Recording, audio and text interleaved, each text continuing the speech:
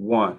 Welcome to Trenton Talks on WIMG 1300 AM, Stellar Word Gospel Winning Station, as well as WPHY, Verizon Channel 28.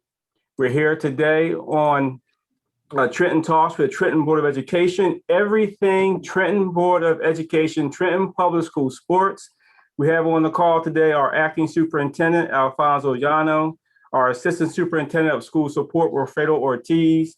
We also have on the call tonight our Athletic Director, Sharon Grady, our Supervisor of Guidance and Assessment, Jonathan DeSimone.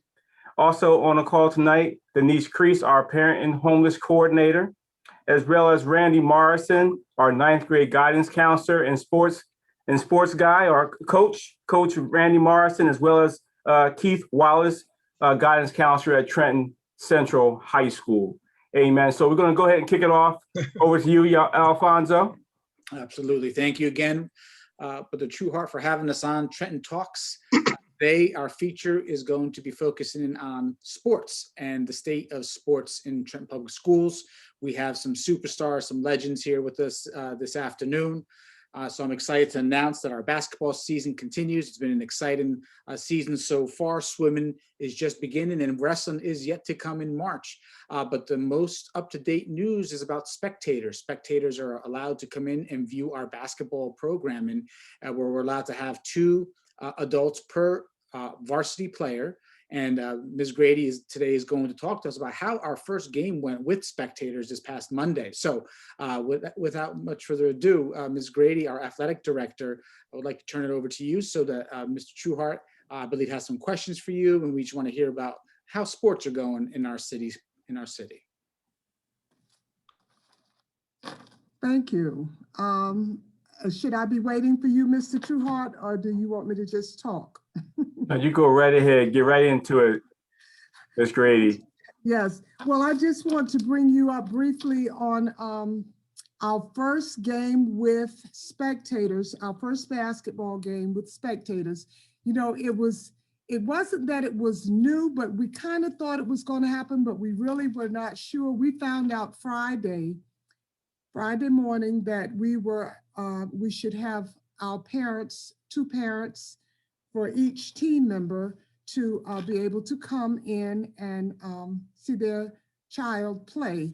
So what we decided to do, since we had a game Friday night, very little planning time to go into it, we decided that we would work on the plans, how we would work it out, where the parents would come in, what parents would come in. So I spent all day Saturday working with the basketball coaches to let them know what we were going to do, get parents' names, so we would have their names down, so we would know when they come in the building, who was in the building for contact tracing or whatever else that we would need. So we worked that out on Saturday. On Monday, which was a holiday, we decided that we would have a dry run, do the best we could with our varsity team. So we allowed our varsity parents to come in from Trenton, and because we were playing Nottingham, we allowed their varsity parents to come in also. We also have cheerleaders this year, so we allowed our varsity cheerleader parents to come to the game. And it was wonderful. It went seamless. They came in from outside, the outside door. As soon as they entered the building, their temperatures were taken. We had tables set up so we were able to get their names. They had to show a photo ID. They came right in. We had them designated seats already for them, and they went straight to the bleachers to have a seat across from their team so they could be physically across from their team.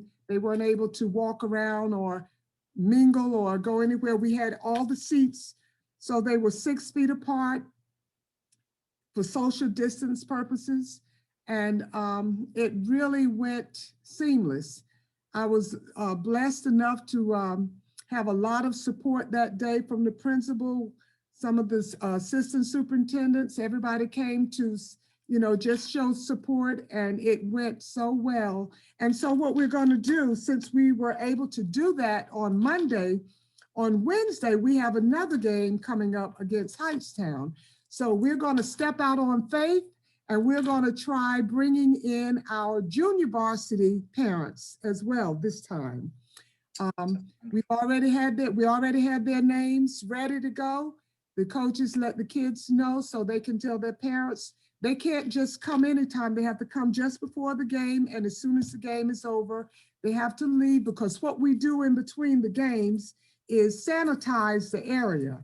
So we go in and we sanitize the bleachers where everybody was sitting. So the next group can now come in and they're ready to sit down and be great spectators. So right now we're having a good time. We're doing it the right way, what the governor has told us to do, what the CDC has asked us to do, and what the NJSIAA has planned for us to do with their protocols. Now, today we have our very first virtual swim meet. And when I say virtual, what I mean, each school in our conference, which is the Colonial Valley Conference, they are swimming at their own school or their own site. And what happens, we have officials that are in the building with them. They will still officiate. And what it is, you're really swimming against the clock. Excuse me for 1 minute. No, that's great. Great. So I'm glad you're explaining what a virtual meet looks like, Sharon, because Yes. it's kind of hard to kind of picture that when you explained that to me, that the kids would be competing again in their own home school, but against the clock, and then the officials are certifying the times. So that makes for an interesting event. But will parents, if I'm the parent of a swimmer, am I allowed to watch my child swim? Okay, that was the conversation that I just had with the coach. Because this is their first meet, we did it just like we did with the boys after yesterday, after the game yesterday. And we saw how we were going to do it. And we took a look at everything today, and we know how we're going to bring the parents in, and we know where they will sit. And we are planning to do that on Thursday, which is our next swim meet. Okay. We'll have parents for our swim meet as well. Oh, that's great news. I'm sure the parents are going to be very excited to have an opportunity to see their kids participate in these sports. That's fantastic. So the first basketball game with spectators, how do we do? Unfortunately, we did not come out on the top end of that. It was a very heated game. We knew it would be tough. One of the toughest teams in the state, not the area, in the state. Which is about 3 or 4 blocks down the street from Trenton. But, you know, it's great competition for the kids. We love competing against the best. You will never be the best if you don't play the best. So it really worked out really well, even though we didn't come out. But we did, there's hope. We won the freshman game and we won the JV game. So we have a lot to look forward to. That's excellent. Yes, thank you so much. One of the things that I'm interested in finding out more about, I think our audience, both on TV and on the radio, on WIMG 1300 AM, as well as WPHY Verizon Channel 28, what have been some of the reactions from the parents? I mean, I'm sure they got smiles on their face, eyes wide open, coming to see their seniors and their students and their children play. What has been some of the reactions from the parents as they walk through and get checked in into the facility? Well, you know, they are very excited and very happy. Actually, it's funny because the very first game back in January that we had all these doors open and, you know, a lot of things. And we looked up and we saw a couple of parents were standing outside trying to look in. And then after we had asked them to leave, the next night we saw a truck out there trying to look in because everything is glass, so you can see right in the building. So I'm really happy that we were able to bring the parents in because they are really excited about it. And, you know, we didn't know if we were going to be in this position to even have sports. And we were blessed to be able to talk to the health department and to Mr. Yano and to Board of Education and even get it approved during a pandemic. And our kids have been relentless in trying to make sure they have done the right thing, and their parents pretty much are doing the right thing, because we're asking them to curtail some of their activities so that their children are able to complete the season. And they have done they've all done exactly that. They've really been great. Have you seen an up tempo or upbeat in the players' performance since their parents are now watching and they've got the spectators there? Have they stepped their game up? Well, like I said, we lost last night. That's all right, but they still could have stepped it up. They could. Well, we'll see tomorrow night. I think that'll be a better showing, because now they're used to it. They were a little timid last night. Everybody was like a little uptight because we haven't had this all year. So I'm excited to see what will happen on Wednesday and hopefully we'll have a lot more there on Wednesday, since the junior varsity kids are coming in. And how did our cheerleaders perform with the new crowd? Did they perform any as they normally do? I'm sure they really put on an awesome show in terms of the cheer and getting our parents involved in the sports activities and cheering on our players as they continue to play on the court. Well, they are going to do their thing. I don't care if nobody's in there but me watching.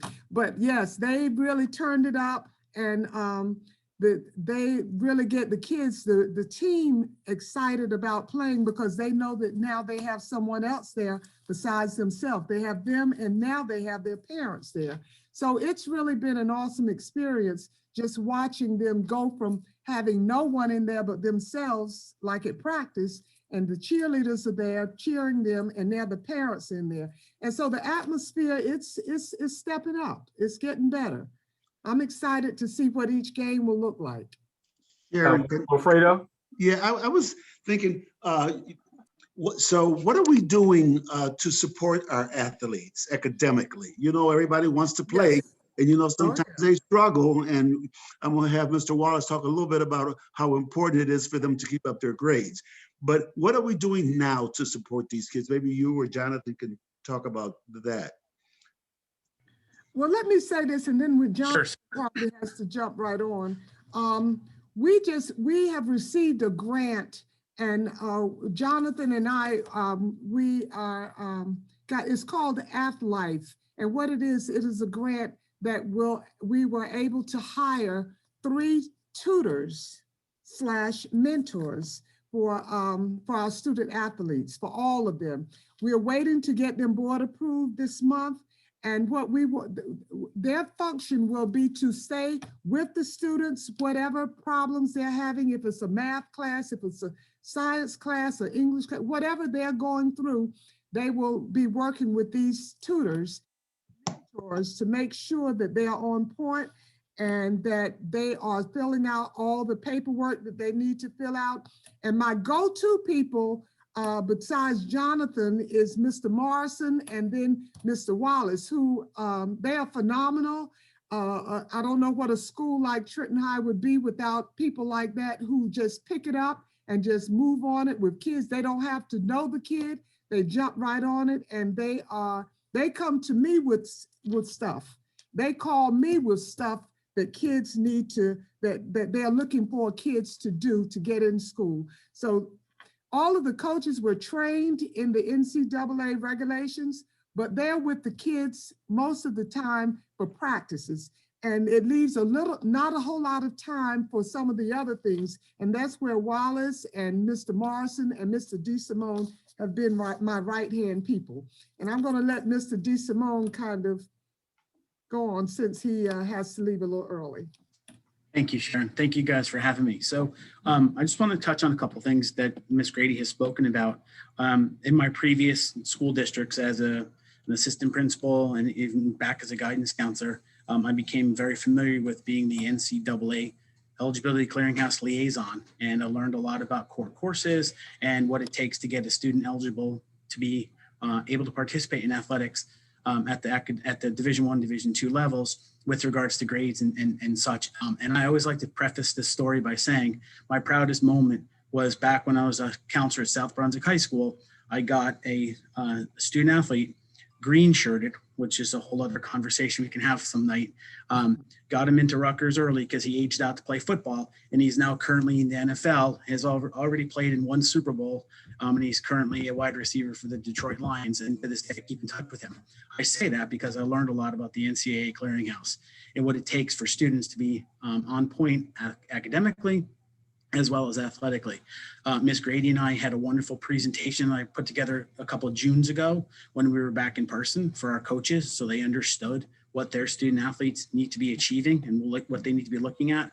One of the things that I'd like to do with our athletic life folks is do a presentation for our student athletes in regards to the NCAA clearinghouse and what the minimum academic requirements are, test scores and grade point averages, so that they're more familiar with the process. Because as Mr. Morrison and Mr. Wallace are probably going to discuss further when I stop talking, is we'd like to develop a pipeline of colleges and universities, not just for our student athletes, but for our coaches to have conversations with those student athletes.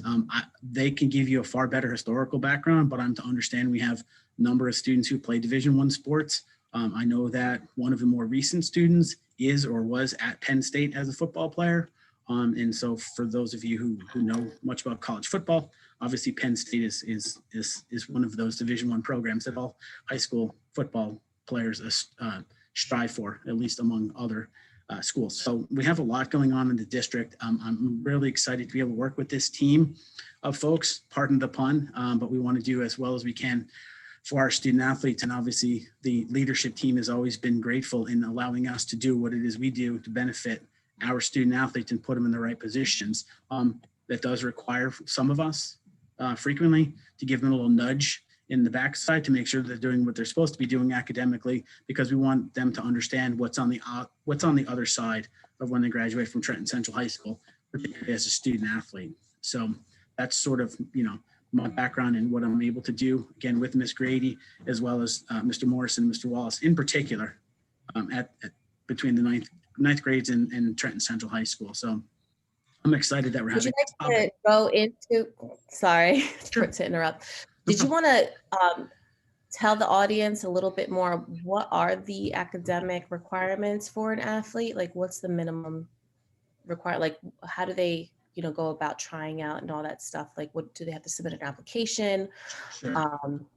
If Mr. Morrison or Mr. Wallace wouldn't mind taking over, unfortunately I do have to run, but they're well equipped, well adept at explaining what the minimum requirements are for participation at the Division I, Division II, and Division III athletic program. So thank you very much. We want to thank Jonathan DeSimone, Supervisor of Guidance and Assessment, for being part of this broadcast today, and look forward to more conversation with you, Jonathan, as we move forward. As we talk about sports, academic excellence in our student athletes, and so forth and so on. So God bless you. Have an awesome day, and we'll see you soon. See everybody. Randy? Yes. Hi, everybody. And thank you again, Mr.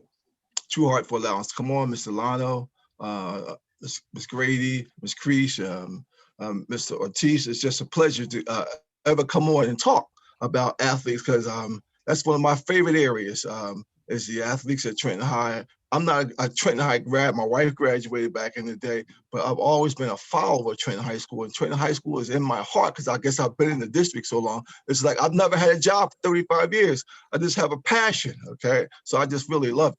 But just to get where we are now, I'm more like a compliance person. I help students we assign them to the right classes along with Mr. Wallace and all the guidance counselors to try to ensure that they are eligible to play college. For many of our athletes, that's the dream. The goal is for them to graduate from Trenton Central High School and move on into the college ranks or pursue whatever particular career that they want. But those who wish to pursue college, that's a dream. And that's a dream that we like to think that we can help them make that come true for them. So as a ninth grade guidance counselor, what we try to do is make sure that they're in the correct classes. That's the key. In order for them to play such divisions, because colleges are now divided into divisions. You have Division I, such as the Dukes, the University of North Carolinas, the Temple, the big schools, the Ivy Leagues. Then you have the Division II schools, such as many of the HBCs are big schools. schools out in Iowa or Division II school. Then you have the Division III schools, such as the College of New Jersey, the various New Jersey schools. Then you have what you call, but you don't hear much about them now. They're in the Midwest, the NAIA, which necessarily there's not a basic criteria for qualifying, as long as your grades are good there. But the D1, what they consider D, so if you hit the term D1, D2, you're talking about Division I, Division II schools, have what are called core classes. Each one of those two require 16 core classes. 16 in order for that student to play. And we're working with a young man now who wishes to play baseball, and we're trying to tidy that up for him. Now what we say, I put this worksheet because Mr. Wallace likes to give it out, and it's just something that's really awesome. And I love it, and it keeps the student organized. So when they come to 9th grade, they'll receive, well, making sure that all those potential athletes receive worksheets. They have to have 4 years of English, academic English. Let me say it, long story short, as they say, you have to have college prep classes, bottom line, college prep classes, and in line also with our graduation requirements and state requirements for graduation. So they need 4 years of English, 3 years of academic math, 3 years of science, or 2 years of science in some cases, 3 years of history, 2 years of social studies, and other core classes, computer science and those kind of classes. They want academic. They want academic. They want. They don't want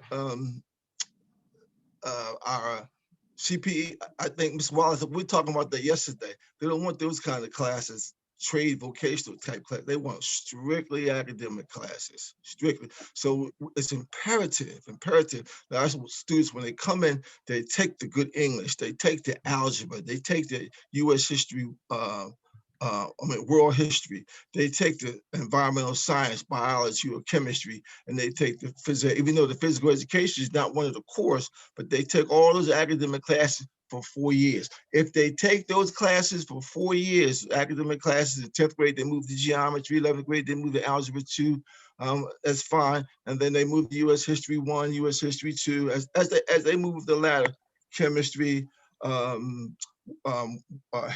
the histories, then they'll be eligible to play. They'll be eligible to play for the Division I and Division II schools. Because what happens is that once that student graduates and they attend that college, their compliance officer will submit their paperwork to the NCAA, which now, let me backtrack. In 10th grade, our students can actually start applying and go on and register for the NCAA. The 11th grade, they take the SATs, all right, and that's all part of this. And so by the time they become seniors, the NCAA has all their official paperwork and all their SAT scores. Once they graduate and we look and see if they have the core classes, then they get accepted in college. They get this, that oftentimes to qualify them for either full scholarship or partial scholarship, and then they become either a full qualifier or a partial qualifier or a non-qualifier if they don't have the core credits. That's why it's so important that each year that students watch the courses that they take, pass, and do well. It's important, and not just with, as I say, a 2-point average. But why get that 2-point average when you can get a B? It would be great. As they say, you are fine. You will be no problem if you have that good, solid GPA of a 3-point average. You have all your classes. You've passed all your classes. You shouldn't have a problem qualifying at the next level. But in a nutshell, that's basically it right there where we are. But they have to do well academically and have to take the correct core classes of 16 totally at the end of the. Randy, let me just say, if we have had in the past students who cannot be where we would like for them to be academically, for many reasons. And Right. have other choices. I don't know if Randy or Keith wants to talk about, but we do have other choices such as community college. I mean, Oh, they yeah. scholarships. So, you know, I know that they know about it. So I'm going to let those guys talk about it for a minute. Yeah, Mr. Wallace, you jumping. Yeah, so as Ms. Gray was saying, alternatives for if you don't meet the requirements, yes, you can go to a 2-year school, or you can do what they call prep school, where you can go in post-grad and play additional high school level. A lot of kids will take some of that route because maybe their academics isn't where it's supposed to be, or they may not be physically strong enough yet. Some colleges will recruit students, but then we'll have them go to an alternative place, such as a prep school or a junior college, for them to strengthen themselves or to better their grades. It was made mention about our young man from Penn State, Jair Brown, who's doing very well. He went to Lackawanna for 2 years, coming out of Trenton High. He won Defensive Player of the Year, JUCO Defensive Player of the Year, Junior College Defensive Player of the Year, and now he's a emerging star at Penn State. So they're all alternate routes. Not everybody's path is the same, just as any other student who not everybody's path is the same. So there are alternate routes to getting to the college level. Great point, Mr. Wallace. If I could just jump in for a second, Mr. Trueheart, and just add on. We've had through the years, and Miss Grady probably remembers, Mr. Wallace, you probably remember the name, Mr. Trueheart, 2 students who attended the Northfield Mount Herman School several years ago, which is a post-grad school up in Massachusetts. Graduates of Trenton Central High School, who wanted to attend an Ivy League school. Didn't have the grades, didn't have the SATs, was able to get recruited by Northfield Mount Herman. Both ended up attending Columbia University. One's a lawyer, big time lawyer now, and one's a big time executive with the Bank of America up in Boston. So that's very much a possibility, because there are a number of we say prep schools, but they're high achieving academic schools now. Everyone's not going to get admitted, because actually your SAT scores for that are just as high as for college. So they want to see that that possibility is in you, and they're looking for you to attend a 4-year college, preferably an Ivy League school. So that's another possibility that's down the road that could very much. Those boys, Randy and everybody, those boys were great athletes. They were wonderful young men, and they played 2 or 3 sports. They were 2 or 3 sport players. Exactly. They're doing an awesome job.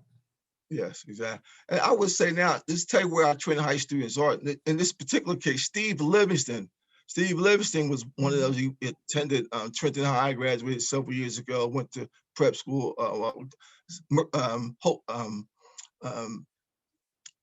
Northfield Mount Herman at the Mount Herman campus in Massachusetts, attended Columbia, went on to Rutgers Law School, worked as a lawyer for the state. Now he's a lawyer for the FBI. Just want to give that to you. Yeah, that's awesome, Randy. I want to make sure that I believe we answered Denise Cree's question. Do you have a follow-up question, Denise? I'm sorry. Yeah, so Sharon was private messaging me. So I think it's important for the audience to know that there isn't an actual grade requirement to be an athlete, but you have to have 30 credits completed, which means that you have to have a pretty good grade point average in order to be an athlete. So I just wanted to provide that point of clarity for everyone. Any additional clarification on that, Sharon? Yes, I just want to say, you know, if you're going to do anything, you've got to, you have to have 30 credits for each year. You have to complete 30 credits at the end of each year. So that means if you're serious about education, you've got to get those complete, and you will have a good grade point average. Now, if we find that there are kids who are not doing that well, that's when we want to kind of get in there with them, see what the problem is. That is what this program that we've got this grant for, that will help these kids in off season. When kids are playing in season, they seem to be on point. It's that off season that we really have to go in and work with these kids. And Sharon, that particular grant that will be on the agenda for, I believe, for Monday. Is that a multi-year grant, or is that just for this year? I have to apply for it every year. Okay. Yano? Excuse me? I was asking for Yano. Yes, Oh. yes. So, one of the things that occurs to me, right, when you have professionals like Randy and Mr. Morrison, I should say, and Mr. Wallace, working with our students, guided by our athletic department, you've probably had a lot of experience around, what characteristics of our student athletes, do you find, lead to success? Like if you could make a list of the top 5 things that if I'm a freshman this year, what do I need to do? What are the characteristics? How do I need to behave? What should be my focus? What would you tell our students, as they come up and look, towards the future, to be successful? And that could be, maybe we'll start with Keith Wallace. Maybe you can give us a couple, what do you see as those go-to points? And then we'll go to Mr. Morrison. Well, this may sound broad, but you really have to be focused. You cannot let the distractions that can be here pull you away, because like it was stated, you are going to, rather if you're a student athlete or you're not, I always tell kids, your transcript tells a story. So what is the story that your transcript is going to tell to a coach? Because coaches, and I have had coaches come into my office after they identified a student, and they're asking me about the quality of the young man that they're recruiting.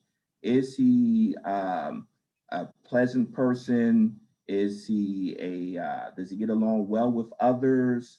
So qualities like that goes a long way in terms of not just being recruited on the field or on the court, because they want to know that they're bringing a good person into their program. So, not being distracted and losing focus. And I know that may sound broad, but, that right there, that's one of the things that I tell all of our student athletes. You want to play, you need to go to class, you need to turn in assignments on time. So you need to be disciplined. That's one of the main things that you're always told in sports, right? Is to be disciplined. That discipline also needs to carry on out off the field and off the court. Well, that's great. Thank you, Mr. Wallace. And one of the things that I just want to say, look at your sweatshirt that you're wearing, right? Like that's important. Education outweighs them all, right? That's what I think it says, but that's sharp. That's the message. And I did not know I was going to be here when I wore this shirt. I need one of those. Those are sharp. Thank you. Mr. Morrison, how about you? So what can you add as far as characteristics that a student needs to present, to be successful and to be, engaged in their schoolwork and athletics? I'm going to say maturity. He has to be somewhat mature. He has to be a thinker, being able to almost something similar to Mr. Wallace, be able to think for himself, not be persuaded by others. Just have a characteristics of being able to understand right from wrong and do the right thing. Constantly and select good friends. And a leader. One that's not going to be easily discouraged, nor is one not going to be easily persuaded into doing something that's shouldn't be doing. But focus, as Mr. Wallace said, focus on the good things of life, but really wanting to enjoy yourself while you're in high school. I try to tell students that this is the best time of your life. And if you want to play sports, you play high school sports, because that's where you're going to be recruited.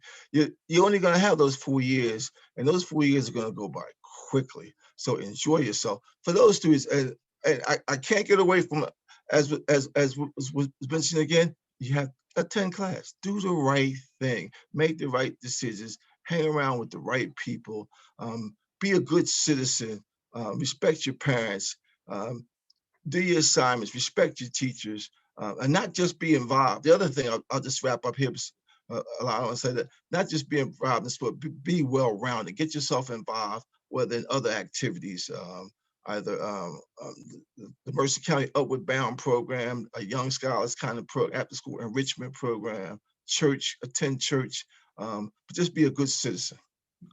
Oh, that's excellent. That's what we heard quite a great, a lot of wisdom there, and choosing your friends wisely. That's an important one. And your transcript tells a story. I had that conversation with my son this morning. What did your grades say about you as a junior in high school? And if you want to play soccer in college, what will a coach or a recruiter look for? Because you can't, not only do you have to be an excellent athlete, but you also have to be an outstanding scholar, right? So I love the messages that you, Mr. Wallace and Mr. Morrison are sending out there. Mr. Ortiz, I know you had, I think you have something. Well, I actually, yeah, I just wanted to wrap a couple of things up here from what I heard. I would like for young people to understand that it's never too late. That you might, there are students out there that may be listening who are ninth graders who had a bad year, ninth grade bad year. You still have the opportunity to be successful. And what you need to do, colleges and universities look at a total picture. And one of the things you have to know is that you got to take the SAT or the ACT. Our students don't do well on the SAT and ACT. It tests logic, and it's a difficult exam. But you need to balance that off. So if you know that you struggle with maybe taking exams and taking tests, then you got to focus on academics. What are the things that you do have control over? You have control over that algebra class. If you go there every day to algebra and you don't miss and you study and you ask questions and you get the right grades, then that you have control over. It's very difficult to do well on the SAT. However, colleges look at how well you've done in the classes that you've taken. Whenever possible, try to take an honors class, okay? Because that gives you a little bit more points. It also shows that you're taking this a little bit more serious. The other thing that's very important to balance your record is having good, the right courses, right? Taking that AP class, taking 4 years of math. Don't settle just because you took Algebra 2 and that's your 30 year of math. Go and take college, the college math course, or take that 4th year of a lab science. It's really critical. And the last piece is clubs and activities. You got to show that you are involved. Do community work. Do things in your church. Participate. Become a volunteer. All that helps make you a rounded individual, and that helps with when colleges are looking at you. And if you have a low SAT score but you have a high GPA, your chances of bridging that gap become much better.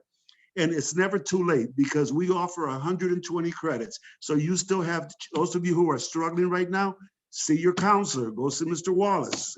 At 9th grade, go see Mr. Morrison, and they'll put you on the right path because it is really critical. It's never too late to take this seriously. Sharon? Ms. Grady? Trying to There you are. Amen. There you are. Just want to come back in on, piggyback on what all of them have said. They hit the nail on the head. I think about the kid who may not have all those qualities together yet. And I see that a lot. We had an instance with probably one of the best basketball players we had, and the coach sat him out for 2 games. And, I had a long talk with him that, you have a lot, they don't understand what they have until it's all gone. And we try to impress upon them, you got to get it together now. You don't have 2 years or a year or anything to waste. You have to do it now. And if you're serious about this thing, you've got to do it. Because Randy, you and Wallace, we see on the streets all the time the one who used to be good, woulda, coulda, shoulda, but didn't. And where are they now? They're walking on the street, probably one of the most talented kids that we've had. And some of the most talented kids are walking down the street now, but they have to do their part. We're going to do our part, and they've got to step up and do their part. And, we try to reach out to parents and get the support from the parents, and they want it. Parents want it. Kids gotta want it as much as the parents and the coaches want it. Denise?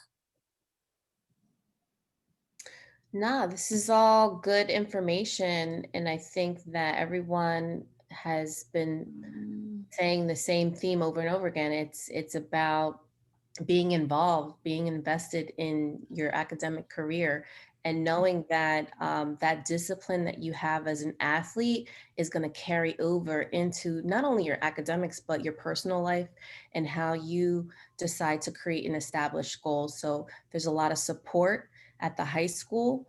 And I'm sure at the middle schools that have programs with athletes, and it's a great way to release stress, especially during this pandemic. So I appreciate this conversation, and I'm glad that parents are hearing how important it is for students to be involved. Superintendent Yana? One of the things that we've heard about recently is that sometimes, this idea that athletics doesn't lead to something beyond academics, right? Like that there's no connection, there's no great outcome that we experience. And we've heard the opposite narrative. We met that young man who's at Penn State playing football, via Zoom. Of course, he was on a meeting, so when you think about that idea that athletics doesn't support academics, that kind of is false. It's a false narrative. So would Mr. Morrison or Mr. Wallace or Ms. Grady, would you like to take that on, and respond to that? Because I know what comes out of it as a positive because I've seen it with my own eyes, but you've had so many experiences with kids coming through your program who have found success, like the lawyer that you talked about, or the other young man, I believe, who's working for Bank of America, I believe you said. So what, talk to us a little bit about those human stories of kids who found success, and the athletics was a part of that kind of rebirth or focus. Well, the discipline that being an athlete teaches you, you can't get that anywhere else, because just think about pro sports. Those guys have to be disciplined, and we believe that the discipline that we teach, because we have a no nonsense policy. Now that doesn't mean that we don't have a heart and that we don't believe that we are not flexible, but we want them to know that what we're teaching you is going to help you in the end. And the thing that Trenton coaches do, once you're gone, we don't let it go. We stay with you, we make sure you follow it through. We're on the phone calling, where are you? What are you doing? Get back here, what this, and doing that, I think about, I can't remember which one of you guys had mentioned it might have been you, Randy, but we talk about Tig, the young man at Penn State, but we have had so many to come through the programs here in Trenton and they were not top academically, but guess what? They had discipline and they knew what they needed to be and they knew what they needed to do in order to get so by their junior year, senior year, and you don't want to wait that late, but they really finally saw the light. They got it together. And my thing is, whether you play a sport in college or not, we want to prepare you to go to school. We're going to give you every opportunity to get what you can go to college, because everybody who plays sports in high school don't go to college and play sports. All of them don't do that.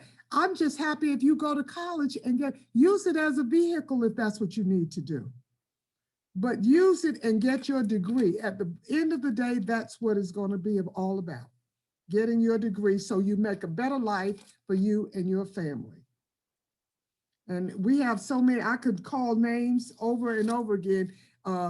Gary Stills, all kinds of names of those who have gone on, played on a Kansas City Chiefs, right from Trenton High, went to junior too, came to Trenton High. All of these kids, we have so many that have done that. But and the first thing that they would tell them is you got to discipline yourself. Self-discipline is wonderful, but everybody doesn't have it. So that's when we come in and try to do our part to help. I think Assistant Superintendent Wilfredo Ortiz had a question, then we'll go to Keith and to Randy. Wilfredo? I just wanted to say that when we think about high school sports, we think about baseball, basketball, football. Those are the big ones. But my friends, there's a lot of scholarships out there for all different types of sports, soccer, bowling. I mean, there's colleges that are giving away 4-year scholarships to bowlers.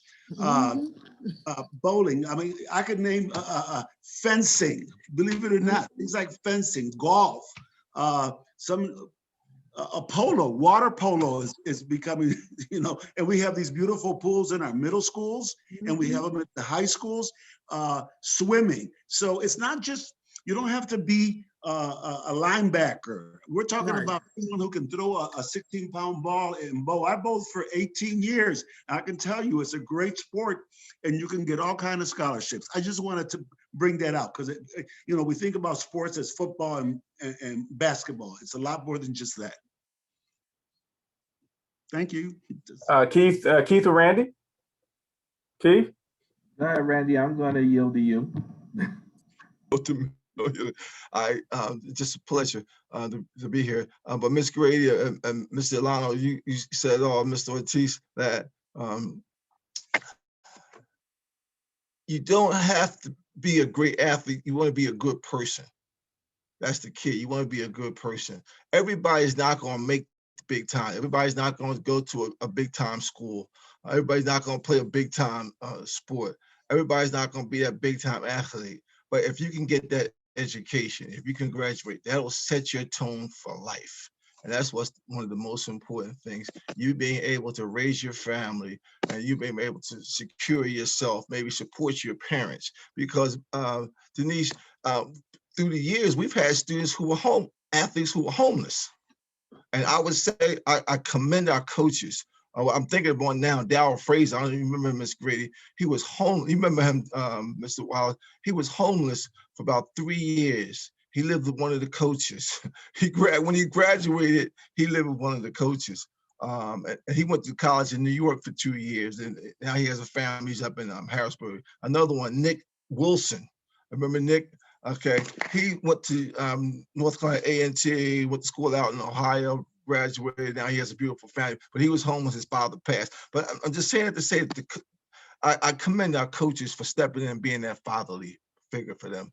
I'm glad you brought that up because if a student is identified as being homeless and they're actively involved, it is our responsibility, and it's paid out through Title I under our homeless reserve. We can pay for fees for these students to still continue, and any uniforms that they need, that's something that's covered under my department. So definitely stay connected with me for those athletes that you identify. Great to know, because several have come out who were homeless and are doing quite well. But this has been a wonderful panel, a wonderful time. It's always a wonderful time to play high school ball. As you all mentioned, and I'll just conclude that you don't have to be the best athlete. You don't have to attend the school. You just want to be a good person, graduate, and give back. Give back to those who were less fortunate than you, because you never know how God will bless you down the stretch. Right. And Absolutely. It's the top of the hour, and I just want to make sure that we thank the Acting Superintendent Alfonso Llano, that we thank our Athletic Director Sharon Grady. We thank our Supervisor of Guidance and Assessment, Jonathan DeSimone. Of course, Denise Crease, our Parent and Homeless Coordinator. Wilfredo Ortiz, our Assistant Superintendent of School Support. Randy Morrison, our 9th grade counselor, longtime Trentonian, 35 years in the district. I know you're not the only one on this call, on this panel that has that many years. Amen. But you did mention it, so I want to let people know. Oh, wow. I love that. Keith, Telling my age. I can beat that, Randy. And Keith Wallace, our Trenton Central High School guidance counselor. So Alfonso Llano, Acting Superintendent, any follow-up questions for the panel? No, I don't think I have any follow-up questions.